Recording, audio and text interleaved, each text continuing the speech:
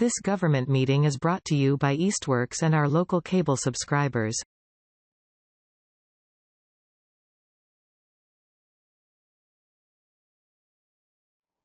Okay, it's 5:15. I'd like to start the meeting. Welcome.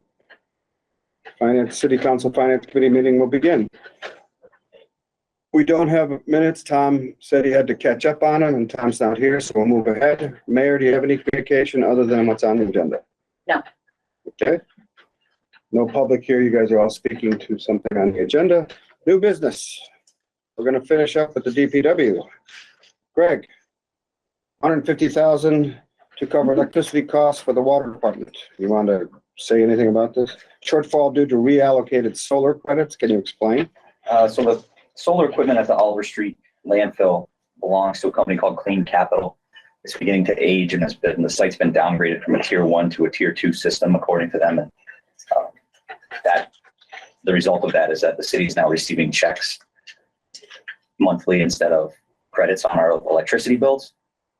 So as of February, the payment day on March 1st, we've taken in almost $421,000 in payments from Eversource rather than credit. Just for this fiscal year?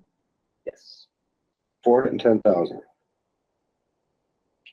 Almost 421, just under. So that's in revenue. I'm still not understanding. An electric aggregation account. Okay. Where it has to stay until I believe it closes out, right? And then we can move it back. We need to pay for the water department's electricity because you were using the credits prior to this. Yes, and we can't get the credits anymore. Now, light dawns over the marble head of this gentleman. So you'll see a similar request for wastewater side. So. Okay. I have no other questions. Connie? No, what you chatted about actually. Council Gomez? I'll take a motion to approve $150,000.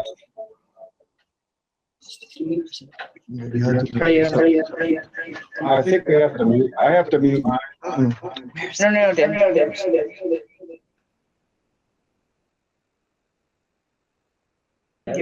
Okay. Motion to approve $150,000. I'll make the motion for supplemental appropriation from retained earnings to the water department, light, heat, and power. Say second. Second. Any further discussion? All in favor? Aye. Next one, $300,000 from retained earnings, covering chemical heating and sludge disposal costs, as well as electricity costs, like you just explained. Seems straightforward. I have no questions.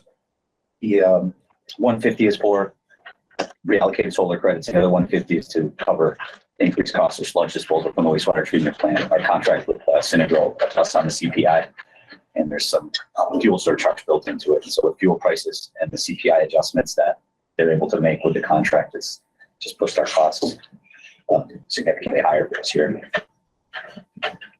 Okay. Connie? Elmo? Nothing? Mayor, nothing? I'll now move to approve a supplemental appropriation of $300,000 from retained earnings to $150 for wastewater treatment, light, heat, and power, and wastewater treatment sludge disposal $150. Second. All in favor? Aye. Third one we're doing tonight is $50,000 for the Cherry Street project. Explain, please. So several delays. That project has been met with several delays due to supply chain issues from coming out of the pandemic, and with those delays have come increased costs for traffic control. The project ran through the winter. We had to have the temporary paving installed to keep the road passable and plowable. And there's been just a few other issues, things that weren't picked up on survey, because the good example is a fence that was overgrown and behind some brush in one of the properties we had to cross a drain line through, and the fence wasn't picked up on the survey, and we had to pay to remove the fence and put the fence back up. So it's things like that were kind of unforeseen for Cherry Street. So unforeseen expenses plus supply chain problems. Yeah, as every day the project goes past its expected completion date, there's costs associated with traffic control that need to be covered. So. Okay. far along is the project right now? I'd like to think we're gonna wrap up around mid-October. Okay. It's, we're doing everything from the sewer, water main, the green infrastructure. There's a lot with the bioretention basins and granite curbing that gets pretty intricate. And I think it's gonna be some time involved. We would like to have it done, mid-July is what we were hoping, but I'll take a 3-month overrun given what we're in now. So, Okay, John. So with winter, things got slowed down. As summer, spring comes along, or You can use. you gonna be able to make up some of that time, or? we sure hope is to. One of the challenges, the right of way for the road is fairly narrow, so it's hard for the contractor to work with multiple crews at any point in time. And there's only pretty much one way in or out of the neighborhood at any given time too, on Lux Avenue or down to the Snowpath. But so if they have the road dug up here, they can only get in and out one way. So it's just like site restrictions that they're kind of up against. And Mhm. Only 3 months past when you're doing that much work, Mhm. it could be worse. So I'm hoping we can stick to that Mhm. timeline and get out of there and let people's lives get back to normal. Mhm. Omar, you haven't talked to Cherry Street Town? It's pretty simple. Pretty familiar. It's right on the front of me. It's right around the corner from you. He says mid-October, it might be done. A good portion of the sewer is done, so some of those problems are alleviated. Great. 1800 sewer line, or? Yeah, right there. They're about a little newer, 1800? but plagued with water. It's wet over there. You get a lot of groundwater infiltration to the sanitary sewer there. So It's amazing how old some of our stuff is. I have no further questions. Anything else? Then I'll take a motion to approve 50,000 from retained earnings for the Cherry Street project. So moved. Second. The motion and a second. Any further discussion? All in favor? Aye. Aye. All right, good. Fourth one is 125,000 surplus building services. The needs at 3 vacant elementary school properties, plumbing, heating repairs, elevator maintenance and repair. My biggest question is, we can't wait on these until somebody else buys it, right? well, we have to take care of them in the meantime. But the funding, the 125,000 is probably more than we're going to need. We haven't spent an awful lot of money. We're trying to just get them through till the city decides, what their future is going to be. But I don't want to have to, I don't have to bother you guys again. I do think that the 125 will carry us through, and then whatever we don't spend, they'll just return to that. So. Okay, need to keep them. And, well, it may be something the buyer wants, right, Mayor? I mean, if they're in bad disrepair, they may be unhappy or. Yeah, I mean, it's the matter of, I made a commitment to the school department that as soon as they hand the schools over to us, I would take that cost out of the school department budget. So we knew what we were getting into, just didn't know how to price it. It was kind of all brand new. And one of the RFP criteria is like, will you pay us to take the buildings? And also, how soon will you take the buildings as they go through all of their due diligence? So we didn't really budget a lot. We wanted to see what happened, and we're going to have to consider it for next year, depending on what the dispositions of the proposals are. You don't think the sale will close before next year? I think some of the proposals have different options. Okay. The scoring is being done now Yeah. by the evaluation committee, and kind of puts in those technical, this is what they said they're going to do and whatnot. Will they take the building? It's hard to tell. Those proposals were very dense, and Okay. the committee is going. Well, obviously, we have to keep the buildings in repair. Yeah. Anything from my colleagues on the council? Omar, nothing. Okay, we expected this one. I'll take a motion to approve 125,000 from free cash for surplus building services for the 3 vacant schools.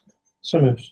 We have a motion, a second. Any further discussion? Hearing none. All in favor? Aye. Aye. Last one. Is this the last one? Yes, we did the other two. 30,000 for the Union Street corridor. Engineering, construction phase services. So that's just engineering for the project? Yeah, basically as submittals come in and need to be reviewed, or any problems that are encountered in the field as they'll start getting to work this spring. We just need to have some funding set aside for VHB, who was our consulting engineer on the project, to be able to keep working for us through it. So BHP? VHB, Nassau Hankin Westland. Okay. We want that project to go forward. Again, it's gonna get going. For this summer, dig. Oh, yeah, by this summer, we'll be well underway. I think another few weeks. So we're not gonna get phone calls to the mayor's office. When's this project gonna I know, it's coming. It's coming. When's this project gonna end? start? That'll be next. Yeah, that'll When are you gonna be done? Yeah. You could just be Michelangelo and say, when it's finished. All right, anything else, counselors, on this? Obviously, we have to do this. I'll take a motion to approve 30,000 enterprise retained earnings to the Indian Street Corridor for engineering services. So moved. Second. Motion on the floor. Any further discussion? Hearing none. All in favor? Aye. Obviously, this next Wednesday. Yep. Need you. That's all of them, right? I haven't missed any. That's it for now. Counselor, Gomez, I think I did the 20 and the 50 last month. We're good. Okay. The library's here, so we're gonna jump to the library because Burns Maxey wants to join, but she's in class for a little while longer. 510,000. I take it you like that. It's very generous. I was gonna say, it's extremely generous. Yes, we totally recognize that. And I want to thank you for inviting us to share our thoughts on a request. Am I speaking loud enough? So, I think, Chuck, are you gone? Chuck's gone. That's fine. I'll do that. Okay, I don't know why. maybe he's internet. Anyway, Mayor, can you explain the MOU regarding the operational, this is operational funding and not to be used for anything else?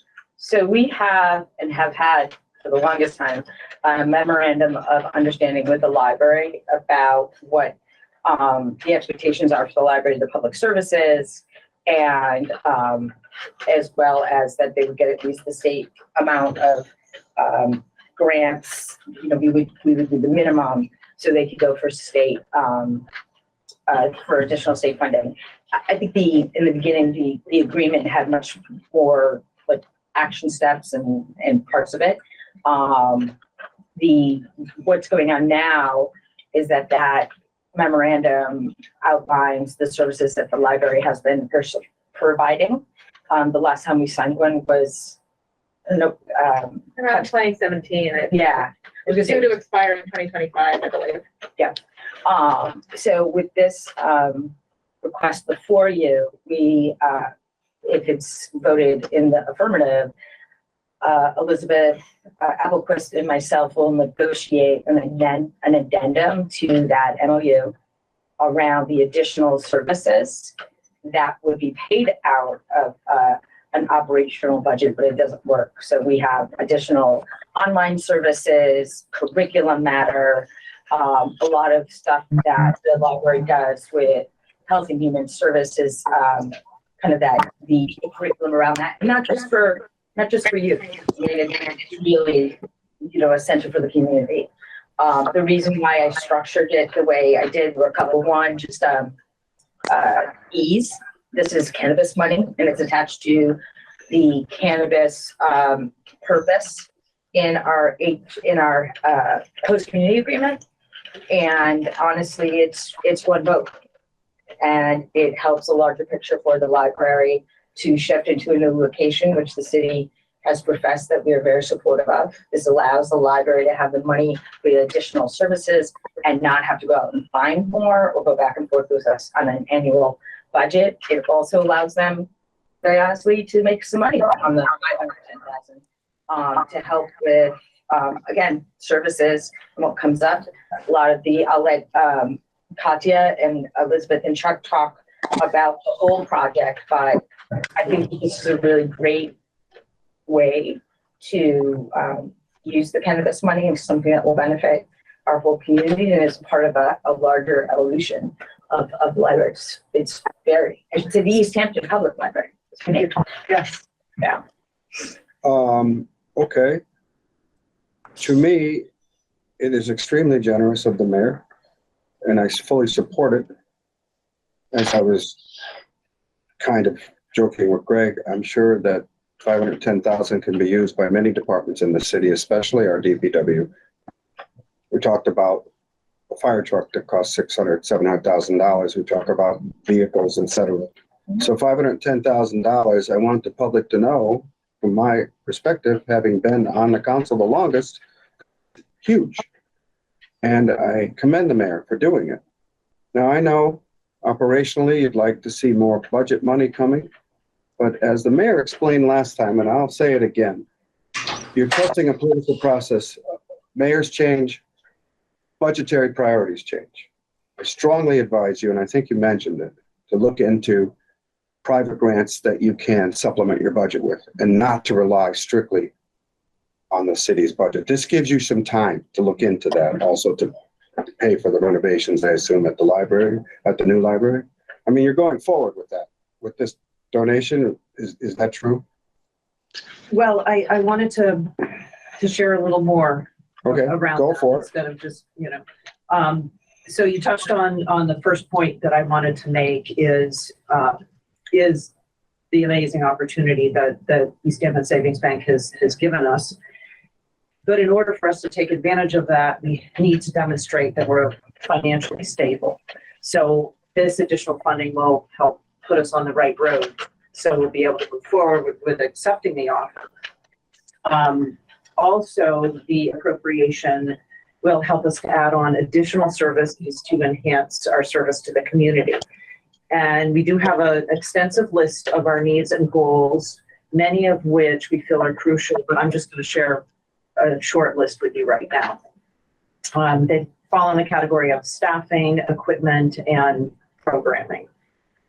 So with our staffing, we need to increase staffing numbers to be able to support our programming more effectively and to increase what we offer. Lack of staff affects our capabilities of outreach, and we often have to turn down events and collaborations because of this.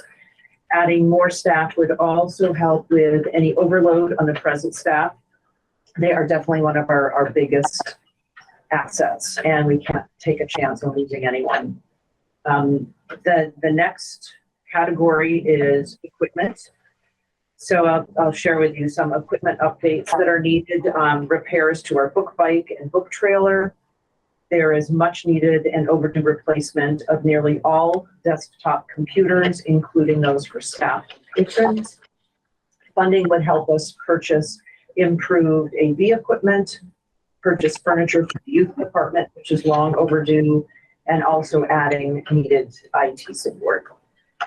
Under the category of programming, we'll be able to hire more paid performers and facilitators, including tutors, tax help, job fairs, and bring in trainers, author visits, fitness and yoga programs, lecture series, and handicraft instruction.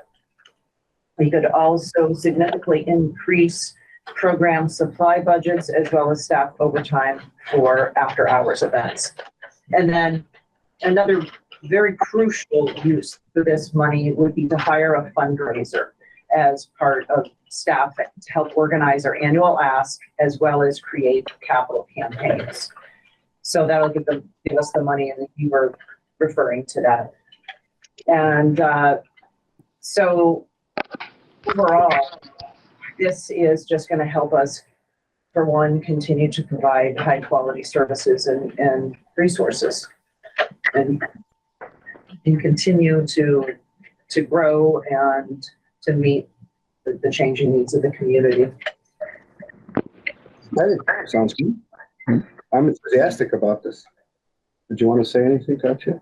I want to definitely support what Elizabeth said, that this kind of input into our program.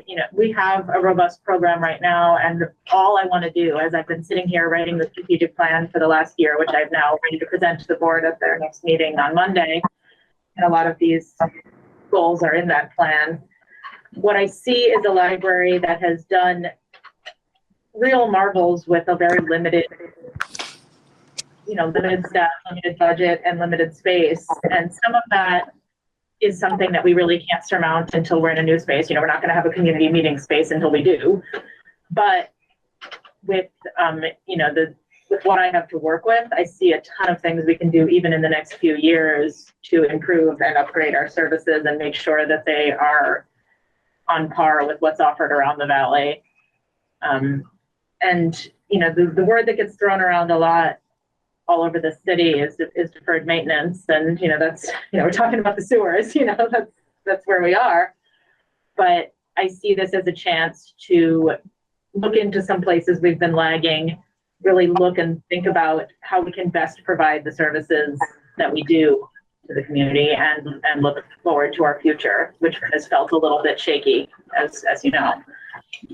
And I just want to say, we are small thing. We are a nonprofit. We are really not accustomed to throwing money at problems. And so we are really cautious and thoughtful as to how we spend money and to how much we try to use our internal resources. So many of these things now that I'm asking and planning are things that I'm already planning collaborations with community groups on, things that are already being donated by wonderful citizens. Like we have our yoga program restarting this summer, and it is completely volunteer-led situation. So you need to throw money, including professional staff and materials, but we can do a lot with what we have. So this generosity is something that we value and husband really carefully, is all I would say about that. Okay. Yeah. And I think Chuck has some. has important I will. thoughts also, but yeah. So thank you for this consideration and for this thought. I think we can really put it to good use. Hi, Chuck, can you hear me? I can. Okay, you wanted to say something, but I wanted to warn you, I see your internet going off and on. So Yeah. I'm, just to make sure we hear you. Yeah, great. And Elizabeth, is there a chance that you would be able to pull up that document that I forwarded? I have it in front of me. I'll make you, Elizabeth, I'll make you a co-host. Yeah. Do you know how to do that? Yeah, Omar will show you. actually, I have to, Are you in the meeting? yeah, I'm in the meeting. I just have to put it on my desktop first before I. That'd be great. Because I'm limited right now, just with the internet where I am.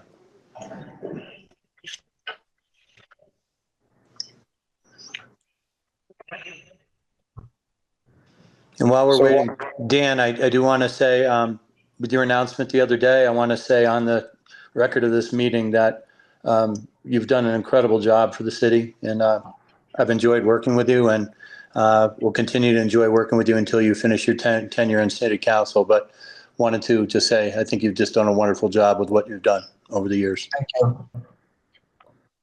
I intend to finish as hard as I can. I did make her a co-host. No. Meeting host, yes. Okay.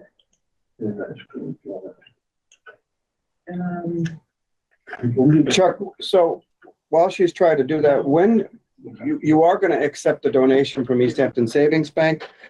Well, When? yes, with this money, Dan, I want to just show you where we are right now. I think that the next step for us is in doing this is we talk to Curtis Edgens, the designer who's done the design work for us.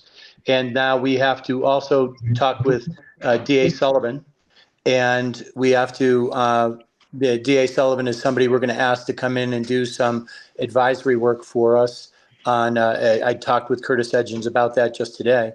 And we're going to evaluate what we need to do to get into that building, the absolute bare minimum, and what the cost of that project's going to be. And when we know that, then we're going to have to go out and do a bond issue and lay that all out.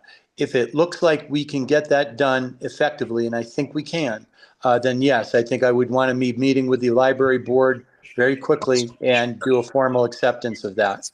But there are a couple of hitches. The hitch is we've got to do a bond issue, and we got to make sure that we're that I think with these changes that we've just approved here, this makes the library budget and its financial situation more bankable. And that's a critical step before we go ahead and give Easthampton Savings Bank the thumbs up. So this work today that you're doing and accepting. You're still having trouble because I can call him.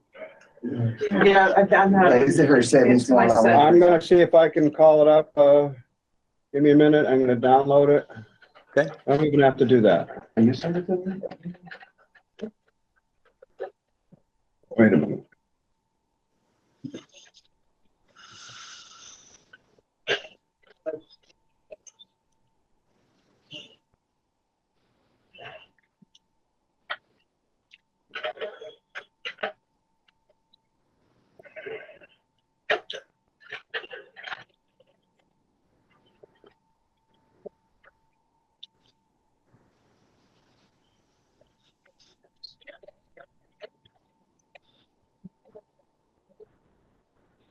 There we go.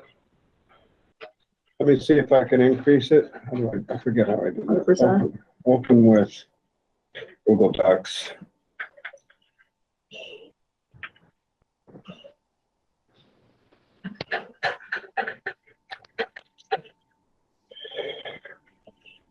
It's taking its time. Mhm.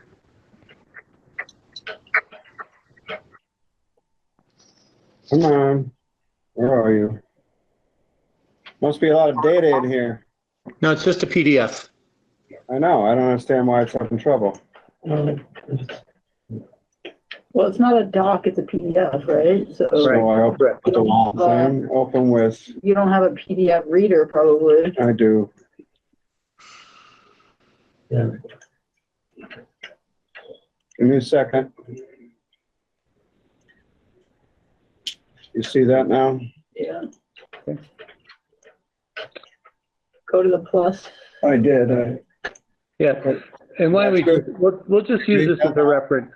Just the first page is really just providing for everybody where we were when we started to think this process through and what we initially presented. And in this sort of tracks, what we reported to the city was just, percentage-wise, the contribution from the city and some of the challenges that the budget was going to face, which, the solution has been or was going to move in the direction of eroding the endowment, which, as we've already reported, would be obviously a short-term solution and kind of a death spiral, if I can be so over dramatic for the library. So if you go to this just shows the percentages where we would be if we did that, which would track from 41% down to 30%. And I think we already showed that that's really, not in keeping with what municipal governments have been supporting other libraries, for multiple reasons. There's no casting any blame or anything. But go to the second page, and this is what it looks like now with this contribution of the $510,000. Let me go through what this means. We also have, had some conversation with the mayor where there is going to be some incremental increases in the allocation of the city appropriation, that top line. So I've used 10% as an incremental increase, just as a what if right now, to see if that would increase incrementally. But additionally, the allocation down on the bottom line of the 510,000 is marked in blue. You'll see that over a 6-year period, we allocate $100,000 to the operating budget, which is covering a lot of the things that Elizabeth and Katya outlined, which are programs that have to kind of grow if the library is going to be sustainable. So with that you'll see that $600,000, a little more than $600,000. Up at the very top, there's an extra percentage there. And that increase that you're seeing the city appropriation for in the orange at the very top line, it starts to increase 41%, 43%, 46%. That's just the allocation from the city. When you add in this appropriation, look where the percentages go. We start to go up to 57%, 60%, 62%. That starts getting into a zone that's better than what we were seeing before in comparison with other municipalities. It's not all the way there yet where other municipalities are doing, but it's a great start. That's why I was saying, Dan, this makes us more bankable. We can go to a bank now and say we have effectively, as you can see down the bottom, a balanced budget, and we're not eroding the endowment. So the endowment is staying in reasonably good shape. We're taking appropriate allocations from the endowment. The last thing I want to highlight is that very bottom line green. You'll see what if debt cost for very basic renovation. That's the big variable there. A $2 million or $3 million basic renovation will cost anywhere from about $114,000 a year up to maybe about as much as $160,000 a year, depending on the size of the project and depending on the arrangements we make for borrowing. That's where I think your point, Dan, was very good. It's now, we've got to now look at the library, and we've got to look at library board and fundraising efforts, and we've got to say, how do we make this work? And that will be critical. So this modeling has been, as far as I can see, moving it out to year 30 gives us the runway we need to be able to start thinking about this seriously. So that's why I wanted to show this. If you go to the next page, and you'll see this is how the 510 would be invested. We'd invest it in fixed income, which right now is averaging at about, fixed income investments right now, if you do it correctly, you can be drawing down, given this interest rate environment, about 5%. So over the period of this 5-6-year period, we can take this $510,000 and stretch it out in excess of an extra year if we were using $100,000 as an allocation each year. This is how it would be invested separately and allocated to the budget each year. Again, this is what creates the runway that we want to have in place to be able to do these things that we need to do. And then last, if you can go to the last page, the next page. This gives you an idea of, again, the appropriation percentages that I just talked about. When we start talking about 60%, we start getting up back into an area that's more representative of, I think, all things that we're doing in Easthampton right now. So it's not up near the state average, but that's okay. I think we talked about this getting into it, that we want to be gradual about this. And we've got to be reasonable about this with what the city's contributing and what we can do as an entity as far as fundraising and other actions, grants and things that you've mentioned, Dan. So I wanted to just give you this overview. I think this is a great step. We're bankable. So now the next step is let's find out the cost of the project and let's get this hopefully buttoned up.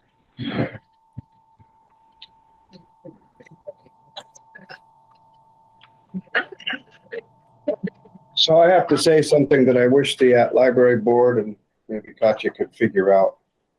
You show in your demonstration that we're below state average, but it's not apples and oranges.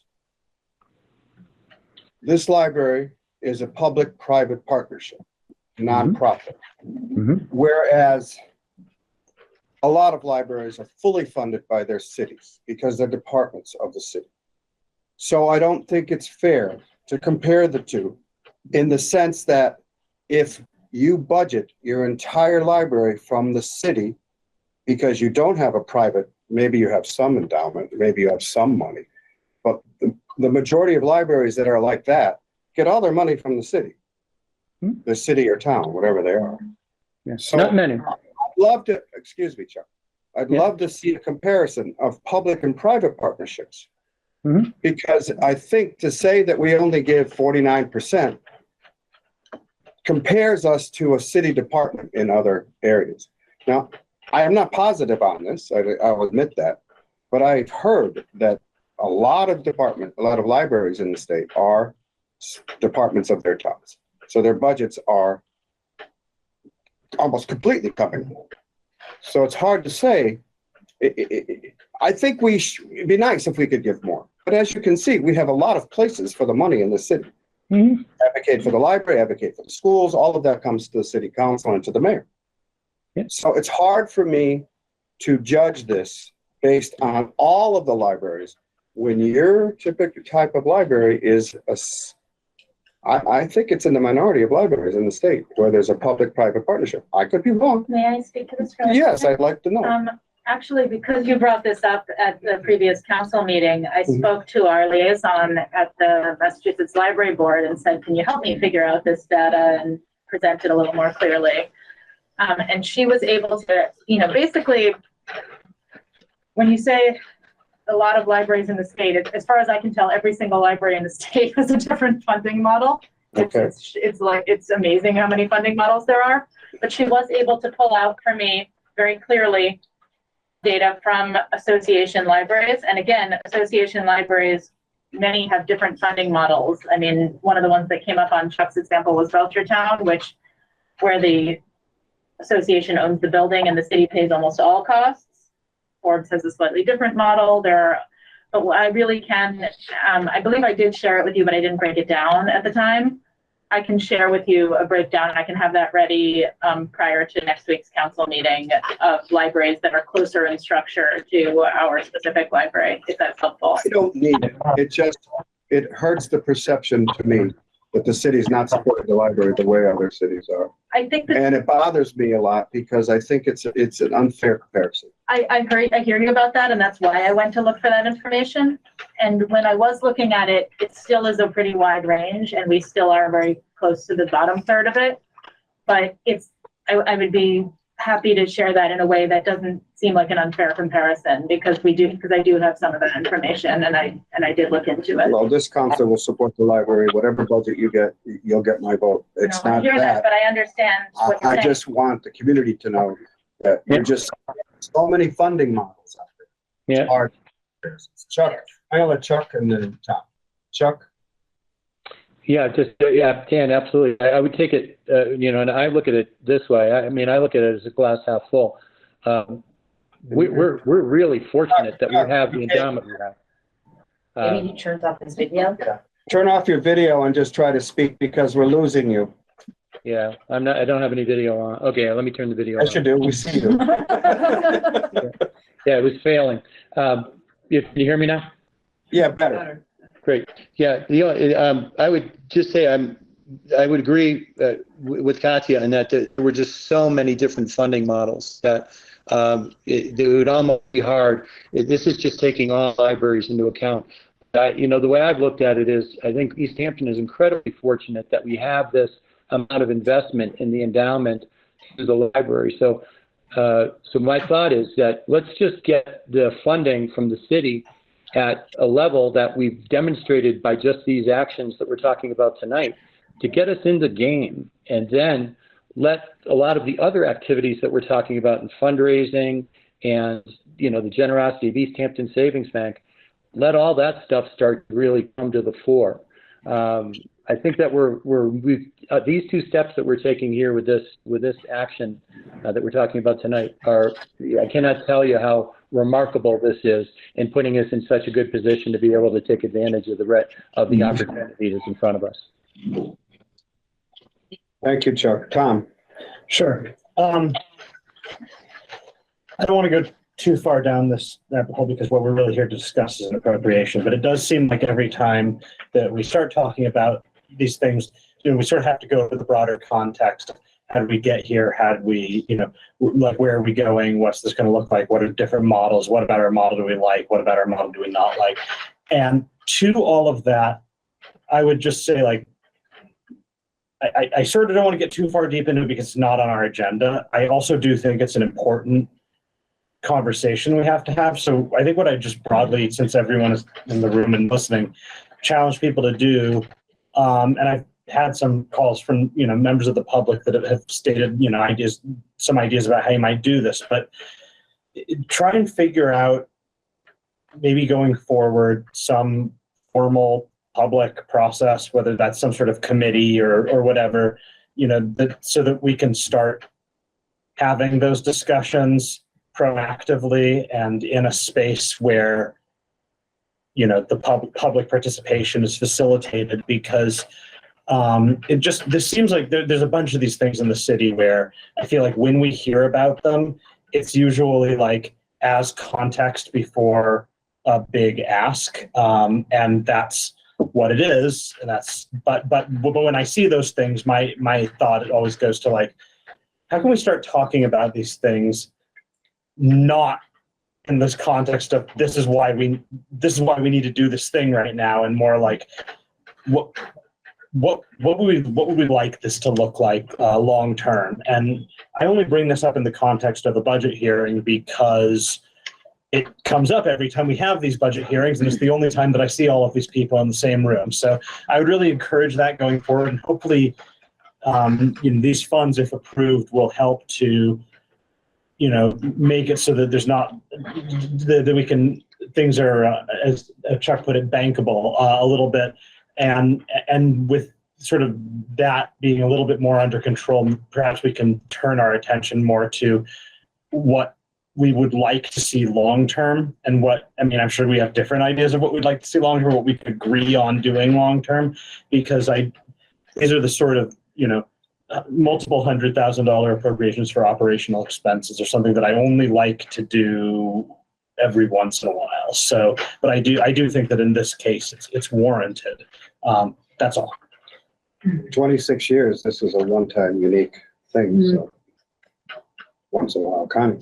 Very exciting, very supportive. I'm asking this question in part because I've been getting a lot of phone calls, a lot of letters, emails, etc. And because we were talking about programming, I just want to kind of ask this question so I have an answer to kind of the questions that have been coming my way. But a lot of there's seems to be a great deal of concern around the book delivery program. And are these funds that are going to be able to protect that service? And if not, that's another question, I guess. But Thank you for bringing that up. Actually, one thing that I didn't bring with me tonight, but that I was planning to bring to the full council meeting is a petition I just got from pretty much a large number of the residents of Lathrop House, basically saying, we absolutely love this delivery service. Please continue it. The delivery service is not in any way in jeopardy other than the fact that all of our services are in jeopardy. Right, but yeah. We are, we started it about 5 years ago, got involved with it, and it has become one of our core services. It's incredibly valued, and all I want to do is expand it. Honestly, I have basically, it rides on the shoulders and the pumping legs of one person who does not only, it's an outreach service, it's a delivery service, it's a selection service. And all I want to do is make sure that we have functioning equipment for it and that we train another person to expand it, honestly. I think somehow the message of the library is in jeopardy got twisted a little bit to this particular service is in jeopardy but it speaks to the fact that people love the thing they love about their library. Sure, absolutely. Everyone has the thing that's most important to them, and they often have no idea about the other things we do. And so I love that, actually. I love that each person values their very precious thing. And so, yes, the delivery service has been an overwhelming success, and all I want to do is make it one of our core services, which requires codifying, training, and making sure we have the staffing to support it. So this would, based on the things that we talked about, This is would support that. absolutely it's one of the things on that list Elizabeth read, and it's very key to our strategic plan. It's been a massive way of finding our, continuing and finding our purpose in this COVID moment. Sure, We're super happy about its existence. Yeah. Great. Awesome. And yes, I have a pile of folders of petitions from the folks at Lathrop that showed up yesterday on my desk. That's great. Love to see that. I do too. It really, it's absolutely one of our core services now. Like, it doesn't go till we go. That's the answer. My wife has the oldest library card in the city. That's amazing and awesome. And congratulations. Omar? I just want to say that with regard to the mayor finding this money, it's cannabis money, and everybody's asking how we can use cannabis money. I think that's a really smart way to use it. The other thing that I want to say is definitely the library probably will need more money eventually in the budget. But I have to say that we have a lot of departments, and the financial team within the have to be created to support everybody and to supply the services the resident of Easthampton require. Ambulance, police, PW, all of them. So it's a challenge to increase that percentage. Right? It's not impossible, and I'm pretty sure the financial team mayor is working to probably add more money for the next budget. But I just for the public to let them know, it's more departments out there. And that we have to provide those services for the community. I just thought of something, but then I lost it. Ask a question. Mayor? Sure. Sorry, Vince, I just want to speak really briefly to what Councilor Peak said. One of the things that I have loved about this process and about this donation and this presentation having kickstarted this is that I'm talking to all of you. I've had conversations with almost everyone in this room in the last 2 months that were really interesting and really thoughtful and taught me a lot about what I needed to know in my first year here still. So I think this has been really an effective tool to start these conversations that Councilor Pick was bringing up. And I think absolutely that is a necessary part of our process going forward. I like that we're having these conversations. I mean, part of not being a city department means I don't talk to a lot of other city departments and I don't always know what they need. So, but I got to speak with Jeff Begg, I'd like to speak with everyone, honestly, and have those collaborations. So this has been a fabulous jumpstart. And I think that, I appreciate being taken seriously and being allowed into these conversations so that it can happen. I think it's a great use of cannabis money. Hey, this is cannabis stabilization, is it? Yes. So it requires 6 votes to remove it just for process. And I just wanted to quickly speak to it with, Sure. said, Councilor Peak, that I wholeheartedly agree, because one of the things that the board has been very eager to do is become more transparent, although honestly, there's never been anything, that we would have wanted to hide. But I think that transparency also means getting people involved, because it is, a public service, and we want people, and a great way to promote it too, to get more people to know what we do. So I really appreciate you bringing up that point. Thank you. You might want to consider streaming your board meeting. You're private, you don't have to, but let the people in. You are using taxpayer money as part of your operational budget. So Yeah, that kind of transparency would be welcome. we are making moves. We're putting, our minutes are becoming public, and, we're moving that direction. Good. Anybody else? Public. And there's somebody who was. Go ahead, Laura. Turn on your microphone. Turn on your microphone. You know how to do that? Can you hear me now? Yes, Laurel. Okay. I got here a little bit late, so I apologize if somebody already brought this up, but I just wanted to thank Doris Madsen, because she was in a group of concerned citizens over 20 years ago who worked very hard to try to make sure that there was less enmity between this private association and the city. And we, as a board, she sent us a nice packet full of suggestions, and we as a board, as Elizabeth mentioned, have been trying to come up to those standards and to make sure that there's a better relationship here.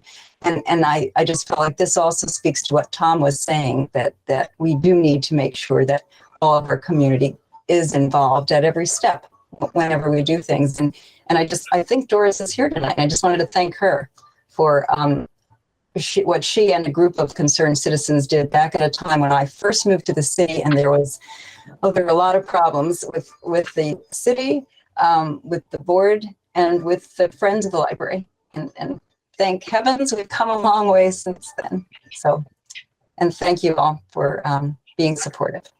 You're welcome. And Doris is sitting behind me, so she heard it all. I thought I saw you there. It's almost 40 years. Not 20, 40. Oh, boy. Doris lives across this, never mind. Okay, we have anything else on this appropriation? Hearing none, I'll ask for a motion for $510,000 to be moved from cannabis stabilization to the library book. So moved. Second Any further discussion? question. Yes. So I brought this up the other day. That's for the Emily Williston Library Oh, accounts. Now it's a new name. does that somehow impact the budgeting process in any way? Do you care about that, My Hadel? guess is, Uh, oh, sorry. She's the one that would tell us. It's related to the name of the account, not the account number. So it's more of like, when we give you the check, it's gonna be made out to Emily Willis, and so will your bank will accept that, or we have to make a check made out to Emily, no, not Emily. Easthampton Easthampton Public. Library. So in that case, you have to change to the W9. For those of you that don't know, that was our auditor, Hadel Patel. Thank you. I would just encourage maybe a copy of the board vote saying you changed it with a new W-9, just so when we're all not here, we won't be in the position we are now where we're looking back at documents from 1845, wondering, I wonder what the intent was. but yeah. I apologize. Okay. Somebody's ringing my doorbell. I so apologize. There's a good line in our account and stuff. We have a motion on the floor. We do. So we have a second. Any further discussion? Hearing none, all in favor? Aye. So Elizabeth, a week tonight at the council meeting, it's a public hearing. Anybody can speak to it. Great. I don't think a presentation of the operational budget or anything is necessary. But you have the enthusiastic support of 4 of the councilors right here, so. Great, thank you very much. You're welcome. So moving on, Thank you all. you're welcome, Chuck. Burns, is that you? You here? You are. Hello. Good. Okay, I'm gonna speak to this transfer. And it is a transfer before I open it up to Burns Maxey, who's the president of City Space. I am the chair of the CPA committee as well, and we enthusiastically supported this transfer in a unanimous 9-0 vote. This allows for an accessible entrance, the elevator, and accessibility to the second floor. City Space changed the project into 3 phases. Phase 2 is an all-cash phase in which they're going to provide 1.42733 million to match the 1,250,000 that the CPA is moving. What this transfer means is we have an account line, Old Town Hall, second floor, retained city match, which is a savings account. We've been putting 250. Burns, your mic is on. Sorry. 250,000 for 5 years into this account. All this does is transfer it to the construction account, which we used for phase 1. And that particular phase, which is a precedence for how the city mails private and public funds, and how, because it's a city building, there's grant agreements that have to be done and contracts, and the city space has to have all the money in place before they can go out to bid or anything on this. It does not at all, because this is a transfer of money that's already been set aside. It does not affect the current cash balance of the CPA account, which is $1,740,000. So I just wanted the council to understand that this is a transfer of funds from one account. CPA is a section of the budget, so these accounts are like departments. It's between one department, you correct me if I'm wrong here, like the Department of Old Town Hall retained city match to the Department of Old Town Hall construction.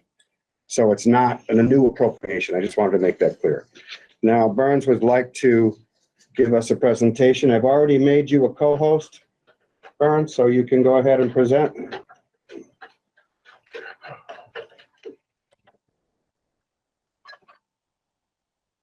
Did you hear me, Burns? Are you able to present your presentation? I did. Just give me 1 second. Okay.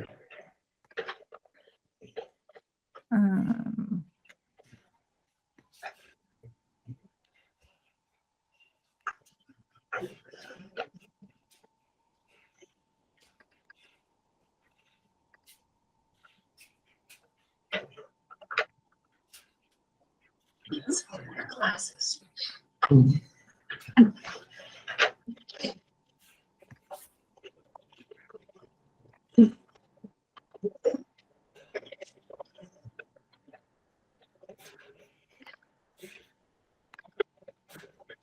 I'm sorry, it's not letting me share my screen here.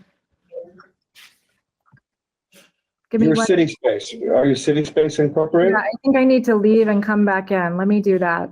Excuse me. Okay.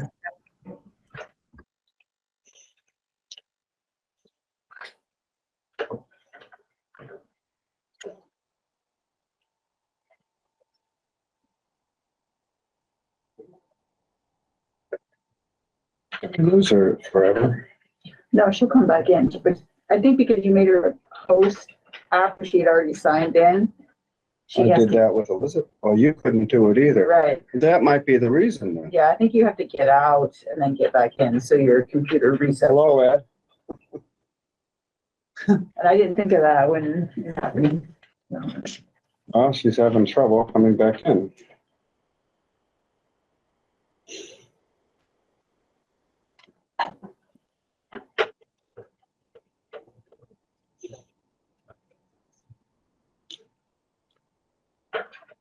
Thank you for your patience, everybody. Oh, boy. There she is. You're still a host. Try it now. Yay! She's muted also, just You're still muted, Burns. There you go. Thank you. Hi. Hello, everyone.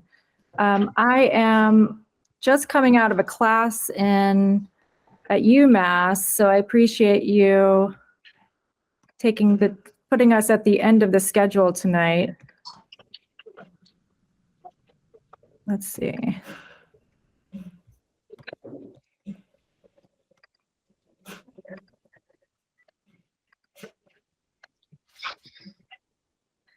So I'm going to quickly go through this. Essentially, this is the same project that we've had and been talking about for a number of years. The difference here, can you see my screen? Yes, I we have got it. sources of funding here. Yep. Yes, we see everything. Okay, so essentially, this is the same project we've been talking about since 2018.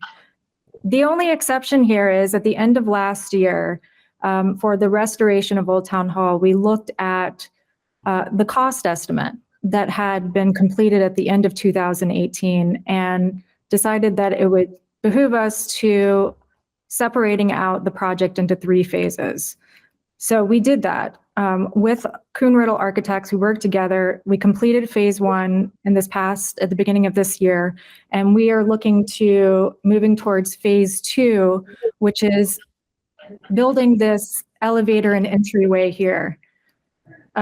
This entryway will make the building accessible to all floors, from basement to first floor to second floor and to balcony.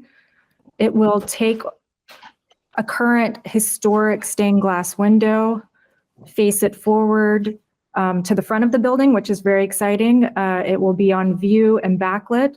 Anything that we move in the building, because it's a historic building, we have to put it on view. The interior entryway is essentially an elevator and front stairwell to the front of the building. This will go to the first floor and then to the second floor, again, to all floors of the building. And this has really opened up the conversation with City Space along the way of accessibility, and making accessibility throughout the building in full is really important, because we think about maybe we want to use the basement for storage. All people should be able to get to it, or to the balcony.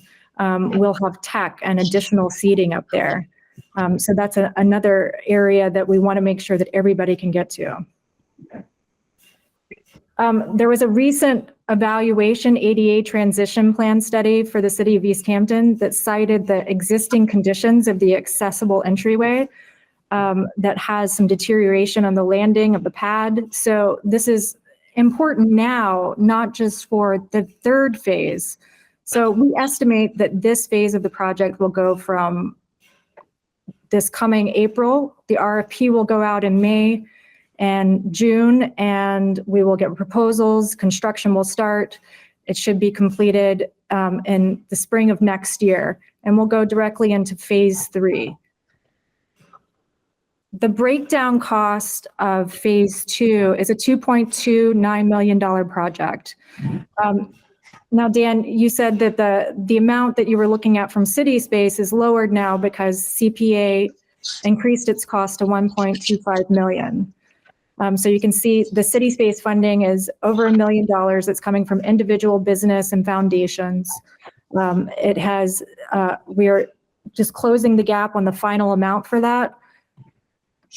But as you said, we're looking to getting this going, to getting this $1.25 million in place so that we can move forward with the RFP. To be clear to the council, they can't move forward until their cash on hand is available. They can't go out for an RFP unless all of the money is available. I think that's what Mike Tosnick said at the last CPA meeting. Well, we can't. We have to have the cash in place in order to put out an RFP. This is a public process. It's a public bid. We have to have the cash in place. We do have grants that'll be coming in after this funding cycle for the next phase. So essentially, we're moving forward with phase 2 and phase 3.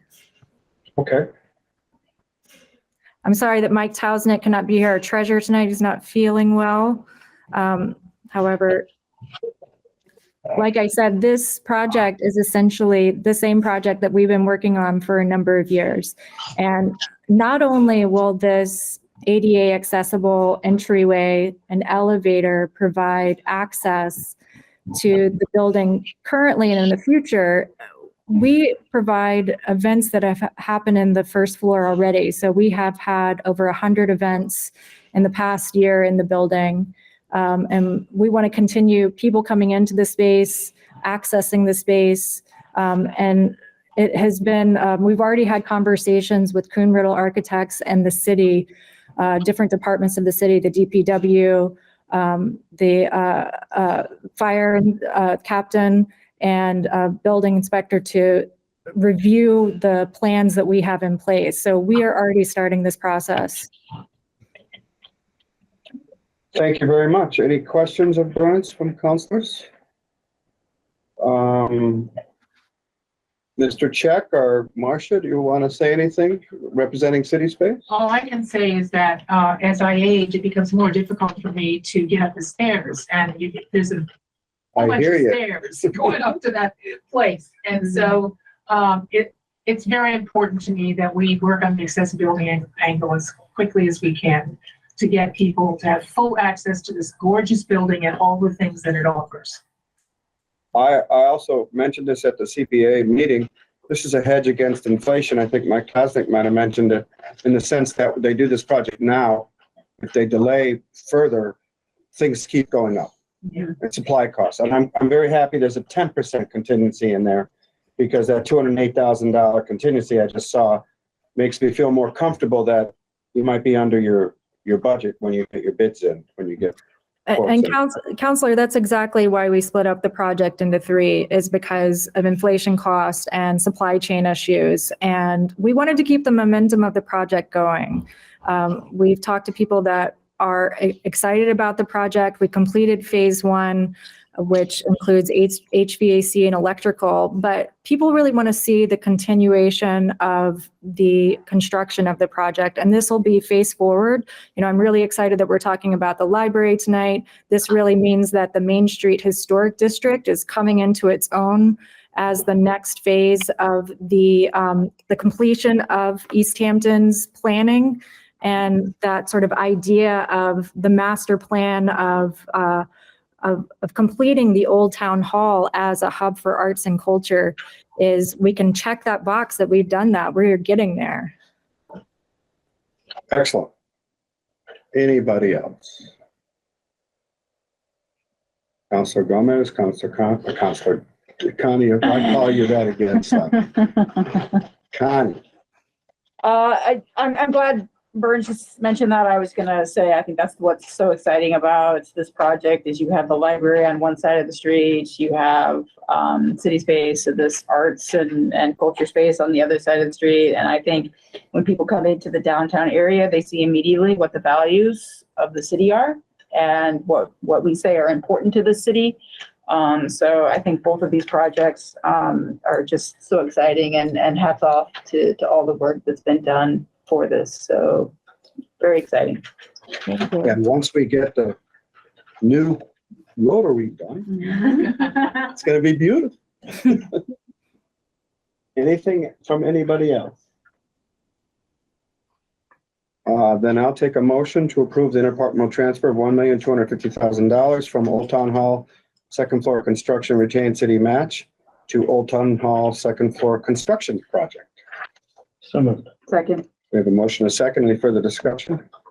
Hearing none, all in favor?